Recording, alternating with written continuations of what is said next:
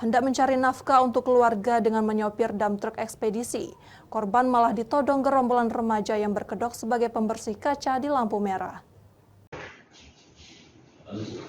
Effendi Pasaribu, 42 tahun, warga Kecamatan Rawalumbu, Kota Bekasi ini mendatangi Sentral Pelayanan Kepolisian Terpadu Polrestabes Palembang untuk melaporkan kejadian yang dialaminya. Di hadapan petugas, korban mengatakan kalau dirinya telah menjadi korban penodongan oleh sejumlah remaja di Jalan Bypass Kecamatan Alang-Alang Lebar, Palembang. Kejadian ini sendiri bermula di mana korban yang saat itu berhenti di lampu merah bypass Kecamatan Alang-Alang Lebar. Datang satu pelaku dengan modus membersihkan kaca mobil. Datang satu pelaku kembali dengan menaiki ban mobil dump truk korban dengan meminta uang.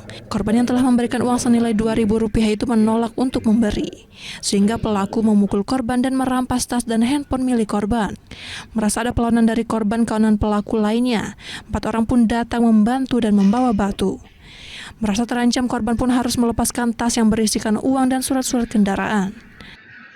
Jadi pas kita berhenti, rupanya ada anak-anak nyamperin, alasannya ngelap kaca mobil. Nah, kita kasih 2.000. Nggak lama, datang lagi kawan dia rame-rame.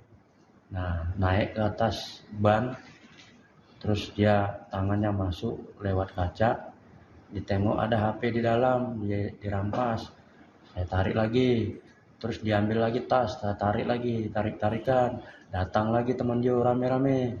Nah, terus satu yang ngambil HP, satu yang lagi ngambil tas. Dari Palembang, Muhammad David, iNews melaporkan.